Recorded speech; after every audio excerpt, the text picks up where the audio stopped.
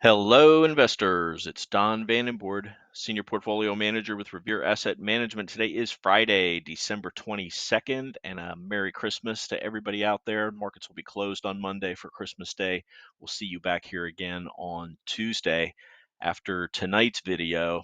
It is 4:48 p.m. Eastern Time, coming to you as usual from St. Augustine Beach, Florida, with the Revere Market Insight video. State of the market. We are in an uptrend as of the November 1st and 2nd follow through days. You can see we've got the nice 4 green arrows over here indicating leadership acting very well.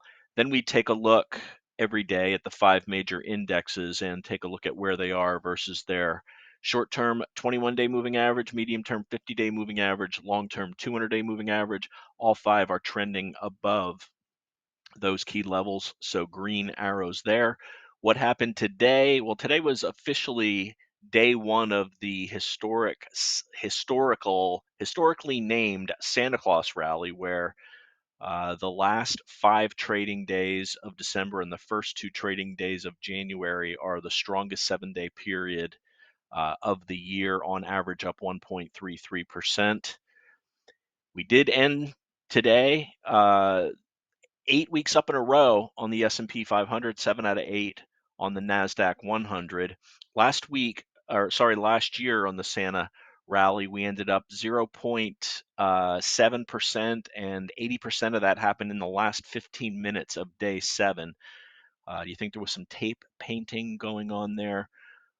Probably, but we'll be keeping an eye on this Santa rally with the big asterisk before it, because we've had a 13% run since November 1st follow-through day up on the S&P 500. So front run the Santa Claus rally maybe. Sentiment is getting to an extreme, to the point that we won't press our longs extremely heavy going into the end of the year with the market as extended as it is. We'll talk about that when we get to the charts, but here are the numbers on the day. Big 7 lagged at down an average of 0.16%. RG8, this is our 8 growth ETF composite, nice day, up 0.5%. S&P 500 opened up 0.2. Harsh pullback early afternoon, but we rebounded, basically closed where we opened, up 0.17%. Equal weighted did double that, up 0.34%. NASDAQ 100 up 0.15%. Equal weighted up even better, up 0.39%. We'd like when these equal weighted indexes are doing better than the big cap indexes, because it represents more breadth, more strength to the overall market, and not just the big 7 propping the indexes up. Dow down slightly, down 0.05%. Mid caps down 0.4. Up 0.4. Russell 2000 small caps up 0.8. Global 60/40 up 0.07%. In-house GROTECTION up 0.15%. Let's get to the charts and wrap it up for the 3-day Christmas weekend. So here's the S&P 500. And the title of this is, we want to point out 2 bull bear scenarios to close the year out. Is the Santa rally going to continue? As I said, up 13% since November 1st. That's pretty strong. Or is this going to be similar to the July top, part 2? Nice rally here off of the lows during April, May, June. And at the end of July, we had an FOMC meeting. We gapped up the next day on a Thursday, hit this 46.07 high, and did a very harsh reversal. I'm going to go very quickly to the TYX, the 30-year bond. You can see the same day that rate, the rate of the 30-year, the yield broke out to 8-month highs. And that was enough. That kicked off a strong rally in yields and a 3 waves down correction in the market, so that July 31st top. So if you look at the 2 days after this big negative reversal back in July, we had 2 days where we clawed back some of those gains, and then another tight day before a big down day on the 2nd. So looking for familiar patterns, knowing how extended we are, how long we've been above the 8-day exponential moving average and the 21-day. Here's your big negative reversal bar, very similar to this one. Here's 2 days up. on lighter volume, but the lighter volume is due to the holiday time.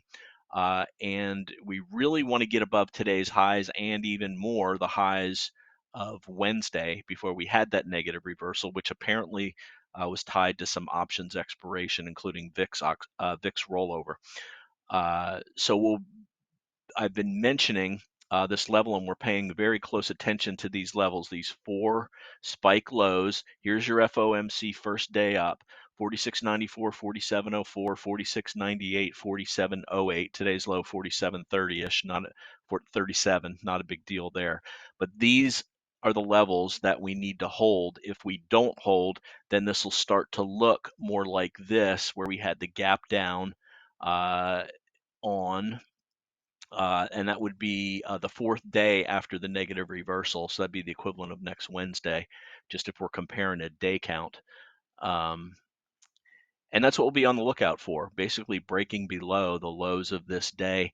The 21-day exponential moving average, when we open next week, will be above the low of the FOMC rally day. So that's another level that we will be looking. If we pull back, we absolutely need to bounce off there. We don't want to see something like this, where the 21-day rolls over and price starts to roll over along with it and can't get back above and stay above a declining 21-day moving average. So that would be the bear scenario. The bull scenario, as extended as we are historically, I mean, we've been saying it for a while, it's just a fact. We know we will pull back to the 21-day moving average at some point as part of regression to the mean. It just is something that always happens. We're still extended 6.4% above the 50-day. That's historically on the extreme side, 2.4% above the 21. We want to see it happen gently sideways into the close of the year. And when we come up to the 21 or the 21 meets price, we want to bounce off there and then head higher. So those are the two scenarios that we will be looking out for the end of the year and into 2024. Here's the NASDAQ 100 up 0.15%, very similar setup. Here's the July. One of the things that we noticed about the July top is the NASDAQ 100 did not make a new high the way the S&P 500 did at the end of July. You still had your negative reversal, but it wasn't from a new high. And then the same situation where we rolled over and started the first leg down. So it's, as I said, we're always prepared here for both the bull and the bear scenarios here. We're not just hardcore bulls. And I've also been called a fatalist by somebody on Twitter when I talked about trying to protect the downside, but that's ridiculous. Same thing on the Dow. Negative reversal 2 days ago, slightly down today. Terrible reaction, earnings reaction to Nike hit the retail space and kind of carried over to the Dow, down 11.83%. Ouch. Let's go to mid caps now. MDY made a higher close versus last week, so very clearly showing some relative strength there. IWM higher close, also back above that 200 level. Let's go to the VIX. VIX came off today, back below the 21-day exponential moving average, down 4.5%. Dollar, chart's still messed up. Yep, dollar at the highs of the day, but still down on the day. Gold stocks rallied strongly, but gave most of it back by the end of the day as the dollar strengthened. Up 0.44% is GLD, GDX, up 0.67%, but note the negative reversal from new highs there. Also, silver down 0.85%. Bitcoin was down, but the Bitcoin stocks were rallying. Bitcoin down 0.19%, but Coinbase up 4.4%, making new highs. And BitQ is a Bitcoin complex ETF, up 6% on the day. Very nice cup formation there. Let's flip to bonds. TLT was down, meaning rates higher, but the rest of the duration's not a whole lot going on here. Broadly, the bond index down 0.35%. TLT down 0.46%. TYX, the 30-year yield, up for the second day, up 0.45%, and up 0.2% on the 10-year. So our inter-asset correlation, let's go to the tail of the tape. You can pause this. PCE inflation data before the open was either in line or better. The 6-month inflation rate annualized 1.9%. That's below the 2% target of the Fed, and that's why we initially popped at the open. Year over year, 3.2%, still above the 2% level. But something we always warned about changing, this is a totally off on a tangent, but China pledged to crack down on excessive game playing. And look at GXC. There are a lot of fund managers, a lot of institutions that just don't want to touch China stocks because of the because of the political instability and how they can decide to hit any company that they want to just with a stroke of a pen or a press release. But here's the S&P China Spider PDF. 80% of all stocks have outperformed this, or tickers have in the MarketSmith database have outperformed this. It's just an avoid. It's dragging down emerging markets, although they look certainly much better than that, but they haven't made or approached highs because it's a big percentage of this ETF. China is a big percentage of this ETF. And NetEase, a leading stock, uh, gaming down 16% on the day. That's why we avoid most China stocks in 90% of the circumstances. It's just when they flex their muscles, it's not what you want to see.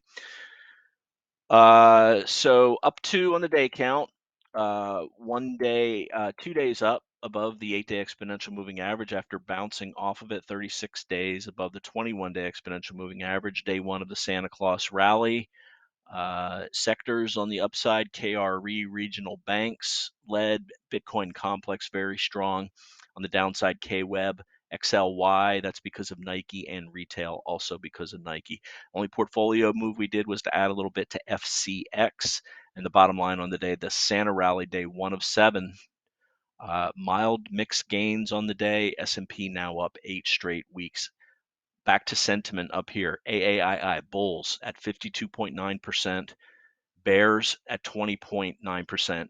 When you do bulls minus bears, this equals about 32. That is in the 99th percentile of extremely bullish readings on AAII. And the NAAIM survey, 97.3% allocation to longs. That's extremely extended also. Again, this is why we're not piling in right here, 1.53%, and our stops in place, and we keep raising them as we keep making progress and doing some offensive selling. Let's take a look at a couple of charts. So let's look at this 15-minute chart first of all on the S&P 500, and I'm going to go through a couple of, we're always looking for relative strength. So remember this pattern, and I'm going to go to a couple of names. First of all, relative weakness, SMCI. So compare that pattern to what we just saw, this very clearly weaker. So this was a stock that broke above 300 and has failed at that 300 level again. That's relative weakness. Deckers, relative weakness. Had a nice run, may just be time for it to rest. We had this big move down here. That was one of my caution names last week. Now let's look for a couple of names that have shown relative strength over the last 3 days. I'm talking about rebounding off of this harsh afternoon sell-off. Coin, very obviously. Nutanix, NTNX, relative strength. So basically anything making near a new high is showing relative strength and a nice ability to recover after that shakeout Wednesday afternoon. Wing looking good. Expedia looking good. FCX, we added to it today, made a higher high in the morning.